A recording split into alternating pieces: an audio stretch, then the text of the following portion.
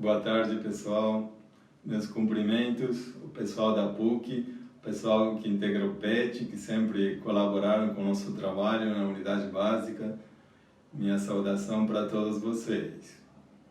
Eu sou o Hugo, sou médico da Estratégia Saúde da Família, também médico clínico na unidade básica Tio Maria, que fica no extremo norte da cidade de São Paulo, bem na periferia, na beira do Parque Estadual da Cantareira, integra, entre outras, o grupo das unidades do Alto da Serra, como é chamado para identificar a região. Seria bom identificar o que significa uma UBS dentro do sistema de saúde de um país. É muito diferente a gente trabalhar na atenção primária do que trabalhar no hospital, no pronto-socorro. Eu vejo muitos colegas, tanto da enfermagem como dos médicos, que vêm trabalhar com a gente, onde tentam reproduzir o que aprenderam nesses lugares, e o nosso papel é bem diferente, nossa responsabilidade é muito diferente. Desde o início me chamou muito a atenção que a minha unidade não era muito, e continua sendo, não é muito bem avaliada em termos de números da sua responsabilidade em relação à gestação na adolescência, acompanhamento da gravidez, calendário de vacinação, abandono de pacientes em tratamento de tuberculose, desfechos dos pacientes crônicos que geralmente não são muito bons, e tudo que se espera que a gente faça na atenção primária parece que não estava dando certo. E a gente cada ano se planejando, cada vez com ideias mais ousadas, para estreitar o vínculo, para ver se a gente conseguia mudar essa realidade. E cada vez parecia que não dava certo. Chegavam as doenças infecciosas, como aconteceu com a dengue, sarampo, a febre amarela. Nossa região sempre teve foi muito avaliada de uma maneira bastante ruim, por causa dos números. E agora, infelizmente, de uma maneira catastrófica, vem essa pandemia. E para piorar, a nossa região é uma das mais castigadas em termos de pacientes afetados e mortalidade também. Por coincidência, parece que tudo vai acontecendo nesse lugar, nessa região. No início, para falar a verdade, eu achei que não ia acontecer tanto como se falava, A gente ouvia as notícias vindo da Europa, da Ásia, e outras vezes já aconteceram episódios, naqueles lugares, e aqui a gente se saiu relativamente bem. A gente se preparou, claro, pela emergência, mas não chegou a acontecer. Mas quando de repente começaram a fechar igrejas, comércios, postos de saúde com agendamento cancelado, cirurgias eletivas canceladas, profissionais de mais idade foram afastados, obrigatoriedade de usar equipamentos de proteção, a orientação da pessoa a ficar em casa, você não poder sair para a rua, você só sair para o essencial. Isso daí, cada notícia foi realmente me afetando bastante. Não usar relógio, pulseira, enfeites para as mulheres. Realmente isso daí foi fazendo eu entrar na realidade. Mas claro que fiquei bastante ansioso, e até hoje é uma coisa que não terminou ainda, Nem temos previsão de quando que vai terminar tudo isso. Então estamos em plena pandemia ainda. Então é uma situação que gera muito estresse, muita ansiedade na gente, A gente como trabalhador também. Imagino quem está enfrentando uma situação em casa, que não pode sair, convivendo às vezes de uma maneira forçada entre pessoas que normalmente se viam pouco, E de repente tem que confrontar maneiras de de ser diferentes. Uma coisa bastante inesperada para todos. Aí quando veio a informação de que o Ministério da Saúde ia recrutar médicos e profissionais para ir trabalhar em outros hospitais, em outros lugares, isso daí também foi uma notícia bastante difícil de aceitar, porque a gente pensava, será que está acontecendo por aí? Será que a gente aqui não está sendo mais necessário, vamos ter que trabalhar em outros lugares? Entre os colegas, a gente consultando um com o outro, pensando como vai ser tudo isso. Aí de repente veio um programa chamado Brasil Conta Comigo. Aí falavam, se você se inscreve, com certeza que você vai ser chamado. Aí de repente eu assumi como um supervisor do programa e no dia seguinte chegaram os alunos para participar do programa. Falaram que alunos de medicina iam ser formados antes da hora para poder ajudar. Eu falei, bom, agora já está claro, né? Ou a gente vai ficar doente, vai ter que se afastar, ou vão tirar a gente daqui e eles vão ocupar nosso lugar. Foi tudo uma situação que gerou muito estresse entre nós, pelo menos comigo mesmo, né? E eu vi que os outros colegas também, a gente até tentava não conversar muito do assunto, porque era um tema bastante delicado, né? Nas conversas se trata sempre de relaxar, de conversar em tom de piada, né, para não cair tanto na realidade que assusta muito.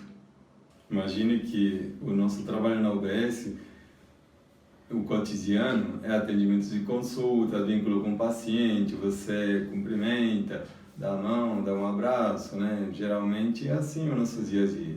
De repente, falar que você tem que se treinar para entubar, para dar oxigênio, pessoas graves morrendo pelas ruas, chamar a ambulância, usar equipamentos de proteção, corpo inteiro coberto, não chegar mais perto de ninguém. Isso daí é uma realidade que a gente está vivendo hoje em dia que afeta muito, né? Provavelmente todos não estamos conversando sobre isso, mas é um assunto que, sem dúvida, vai deixar muita sequela tanto entre a população, claro, e entre os profissionais que a gente trabalha na saúde também. Aí vem o uso da tecnologia, né, em cima de nós, para você se relacionar com pacientes. Como foi isso? Não foi uma evolução natural que veio por causa de uma tecnologia que apareceu, que você usa porque estamos modernizando o sistema. Foi uma coisa imposta, nem te pergunta se você gosta, se você aceita, se você tem habilidade para isso.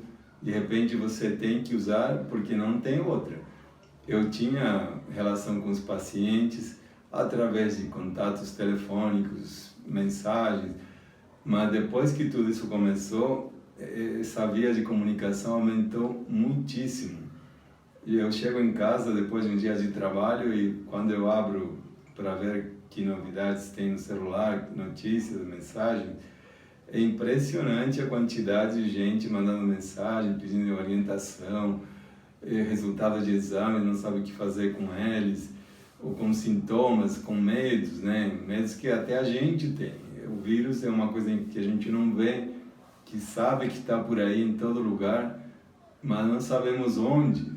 Mas a gente tem medo de pegar e passar, de ficar doente, de adoecer outra pessoa, de essa outra pessoa morrer, ou a gente mesmo, né, também morrer. Então tudo isso daí foi uma coisa que assusta muito.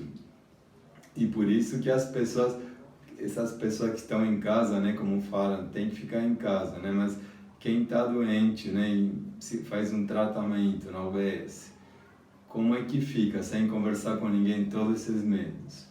A gente tinha que, de alguma maneira, montar uma forma de comunicação. Isso aí foi bem evidente na última semana com o grupo de saúde mental, que é o Grupo GAM, que a gente faz já há uns 2 anos e meio, por aí, que a gente começou. o grupo, tanto esse grupo como outros, foram todos cancelados desde o início. Grupo tanto de hiperdia, grupo de criança, grupo de adolescente, grupo de matriciamento, fórum, tudo que era presencial, tudo foi cancelado. Treinamentos presencial, tinha um treinamento também para implante de implanon, foi cancelado, congresso cancelado. Quer dizer, uma realidade que veio em cima de uma hora para outra. Então, o que eu quero falar com isso, que não foi uma situação que você fala, a gente se preparou, né? Teve uma emergência, você se prepara e você faz conforme o protocolo, né? Foi uma coisa muito, muito súbita, muito realmente catastrófica mesmo, né? Calamidade mesmo. Os protocolos mudam toda hora, a gente perdeu feriados, finais de semana estudando o protocolo que na semana seguinte muda outra vez, uma hora de um jeito, outra hora não é mais.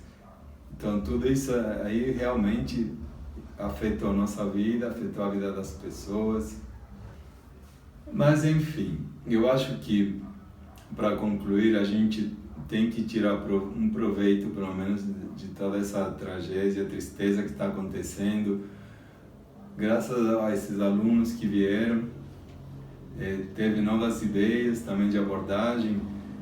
A gente implementou uma primeira, depois de vários ensaios, né, uma primeira comunicação com o paciente via videoconferência, onde você vê as pessoas em janelinhas, né, dentro da tela. Eles até pediram, tira a máscara, eu quero te ver.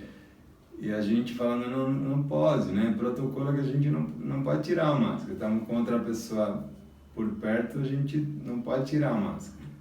Então, isso é uma coisa que afeta muito e vai deixar muita sequela. Além das sequelas físicas, né, que o vírus provoca nas pessoas que a gente já está vendo, tem as sequelas também no relacionamento humano das pessoas, né? Que isso daí acho que é imprevisível, né? A gente que nunca se viu uma coisa assim, a gente nem sabe até onde vai afetar a vida do ser humano daqui para frente. Mas essa maneira de se comunicar pela tecnologia, acho que é uma coisa que daqui para frente vai ser cada vez mais sólida, tanto para quem está em casa, né, se comunicar com parentes, entregas de produtos via delivery, né, e a gente na UBS se comunicando com as pessoas que são nossos pacientes, clientes, usuários, através dos meios eletrônicos. Essa primeira videoconferência do GAM, eu diria que foi um sucesso, não teve grande participação de pacientes, alguns não conseguiram se conectar, dificuldade com o aparelho, mas teve 2 que efetivamente estiveram ali, além dos alunos da universidade que também participaram e os profissionais também que estavam ali na UBS. Então, e os que não participaram, dos pacientes, eles se mostraram a fim de conhecer a tecnologia e de participar. E a curiosidade era saber como é que foi esse tempo todo, né, que a gente não fez a reunião. E foi bem interessante, né, porque esse vírus até tirou o foco da gente de não pensar mais na situação deles, né, porque a gente ficou pensando apenas na doença do vírus. E eles continuam ali, entre eles se comunicam, né? A gente ficou sabendo que existe um grupo de WhatsApp entre eles, onde eles conversam, um sabe da vida do outro. Então acredito que não vai ser tão difícil a gente implementar um grupo GAM como a gente fazia presencialmente, usando os meios eletrônicos.